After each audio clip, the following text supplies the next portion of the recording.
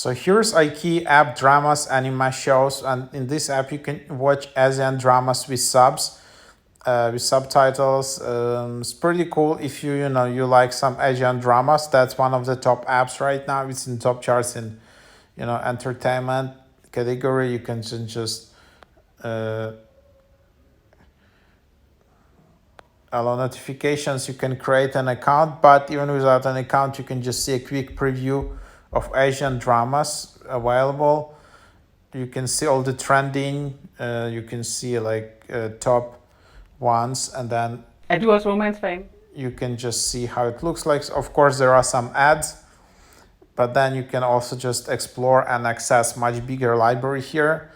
Then also you can just there are some dramas probably you can download if in some scenarios, probably if you upgrade it or not, but then here it is.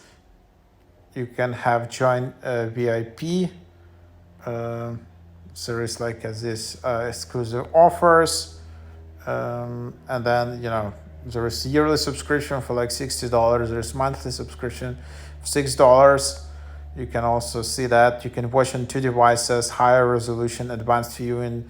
Then you of course skip ads, and then you can download VIP content. So yeah, that's basically the idea of the app.